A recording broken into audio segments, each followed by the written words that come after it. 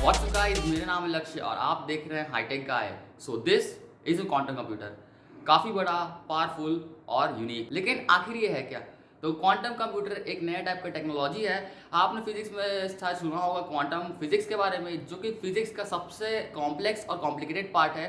ठीक उसी तरीके से एक क्वांटम कंप्यूटर, और इसे क्वांटम कंप्यूटिंग भी कहते हैं। तो ये काफ़ी पावरफुल कंप्यूटर है। एक ऐसा एस्टिमेशन है गूगल की तरफ से कि एक क्वांटम कंप्यूटर जितना काम 200 सेकेंड्स में कर सकता है, उतना ही अगर हम आज के सुपर कंप्यूटर से कराएं तो उसे 10,000 साल से भी ज़्यादा लग जाएंगे। तो इतना पावरफुल है क्वांटम कंप्यूटर। ये दोस्तों हमारे क्लासिक कंप्यूटर से बिल्कुल अलग है, जो हम डेली लाइफ में यूज़ करते हैं उससे बिल्कुल अलग है, और इनका वर्किंग प्रिंसिपल भी थोड़ा डिफर करता है। आप बचपन से सुनते आ रहे होंगे हमारा जो कंप्यूटर है वो बाइनरी लैंग्वेज में काम करता है, जो कि है 0 और 1, यानी कि कोई भी एक बिट का वैल्यू या तो 0 होगा या तो 1 होगा। क्वांटम कंप्यूटर में भी बाइनरी लैंग्वेज यूज होता है, लेकिन इसका प्रिंसिपल थोड़ा अलग है। नॉर्मल कंप्यूटर्स में यूज होता है बिट्स, लेकिन क्वांटम कंप्यूटर में यूज होता है क्यूबिट्स, जिसका फुल फॉर्म है क्वांटम बिट्स। तो क्वांटम बिट्स में किसी भी एक बिट ऑफ डेटा की वैल्यू या तो 0 होगी या 1 होगी, या फिर दोनों का कॉम्बिनेशन होगा, यानी कि 0 1, या फिर एक ही टाइम पे दोनों होगा, 50% 0 50% 1। ये दोस्तों काफी कॉम्प्लिकेटेड लग रहा है। चलिए थोड़ा आपको मैं एग्जांपल्स देके समझाता हूँ। मान लीजिए हमारे पास एक कॉइन है जिसे हमने टॉस किया, तो बेसिकली उसमें कितने आउटकम्स होंगे? ऑब्वियसली दो, हेड और टेल। ठीक उसी तरीके से हमारे क्लासिक कंप्यूटर्स में एक बिट ऑफ डेटा को हम 0 या फिर 1 से रिप्रेजेंट करते हैं। ठीक दूसरी तरफ अगर मैं क्वांटम कंप्यूटर्स को आपको एग्जांपल से समझाऊं, तो मान लीजिए आपने एक कॉइन को टॉस किया, लेकिन अब जो आउटकम्स है वो अनलिमिटेड हैं। यानी कि जो आउटकम्स होंगे वो हेड भी हो सकता है, टेल भी हो सकता है, या फिर हेड टेल दोनों एक साथ एक ही टाइम हो सकता है, या फिर 50% हेड और 50% टेल हो सकता है। ठीक उसी तरीके से क्वांटम कंप्यूटर्स में जो क्यूबिट्स होते हैं उसका वैल्यू या 0 1, या फिर 1 और 0 दोनों एक ही टाइम पे, या फिर 50% 1 और 50% 0 होता है। यहाँ पे दोस्तों काफी कॉम्प्लिकेटेड चीज है, क्योंकि यहाँ पे क्वांटम फिजिक्स का एक फिनोमिना यूज हो रहा है जिसे हम कहते हैं सुपरपोजिशन। दोस्तों ये सब चीजें काफी कॉम्प्लेक्स और कॉम्प्लिकेटेड हैं, जो आपको समझने में थोड़ा टाइम लगेगा। तो आप नीचे वीडियो के डिस्क्रिप्शन में देख सकते हैं, उसमें मैंने कई सारे अलग अलग वीडियोस के लिंक दिए हैं, और सुपरपोजिशन के बारे में भी मैंने एक वीडियो का लिंक दिया है, जिससे आप जाके देख सकते हैं अगर आप क्वांटम फिजिक्स में इंटरेस्ट रखते हैं। तो नॉर्मल शब्दों में कहूँ तो क्वांटम कंप्यूटर्स में डेटा का वैल्यू 0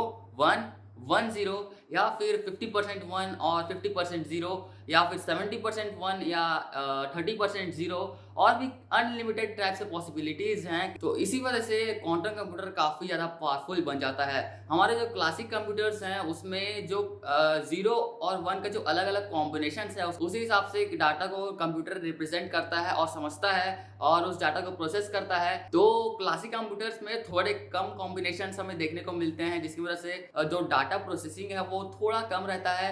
और क्वांटम कंप्यूटर में जैसे कि मैंने आपको बताया कि अनलिमिटेड वैल्यूज हो सकते हैं किसी भी डेटा के, तो यहाँ पे पॉसिबिलिटीज और कॉम्बिनेशंस काफी सारे बन सकते हैं। तो क्वांटम कंप्यूटर एक समय पे ज्यादा डाटा प्रोसेस कर सकता है। क्वांटम कंप्यूटर्स का प्रोसेसर नॉर्मल कंप्यूटर्स के प्रोसेसर की तरह ही है, लेकिन यहाँ पे आप जो इतना बड़ा स्ट्रक्चर देख रहे हैं वो क्वांटम कंप्यूटर को वर्क करने के लिए कंडीशन बनाते हैं। यहाँ पे क्वांटम कंप्यूटर को एफिशिएंटली वर्क करने के लिए -273 डिग्री सेल्सियस का टेम्परेचर चाहिए, और कई सारे इलेक्ट्रोमैग्नेटिक वेव्स चाहिए। तभी जो क्वांटम कंप्यूटर है वो अच्छी तरीके से अपने फुल एफिशिएंसी से काम कर सकता है। और कंडीशंस में अगर थोड़े बहुत भी चेंजेस होते हैं तो क्वांटम कंप्यूटर्स में कई सारे एरर्स आ सकते हैं। इसी कारण इतना बड़ा स्ट्रक्चर यहाँ पे हमें देखने को मिल रहा है, जहाँ पे जो प्रोसेसर है वो नीचे की तरफ है। तो इतने सारी चीजों की जरूरत पड़ती है एक क्वांटम कंप्यूटर को अच्छी तरीके से वर्क करने के लिए। तो आखिर क्वांटम कंप्यूटर यूज कहाँ होने वाला है? बेसिकली दोस्तों हम क्वांटम कंप्यूटर की मदद से किसी भी एन्क्रिप्शन को इजीली ब्रेक कर सकते हैं, और इसी ठीक दूसरी तरफ क्वांटम कंप्यूटर की मदद से हम अपने प्राइवेसी को भी काफी ज्यादा स्ट्रॉन्ग कर सकते हैं। क्वांटम कंप्यूटर्स किसी भी डेटा को या फिर किसी भी डिटेल्स को एनक्रिप्ट करके ऐसे फॉर्म में रख सकता है जिससे डिटेल्स का पता लगाना काफी ज्यादा मुश्किल है।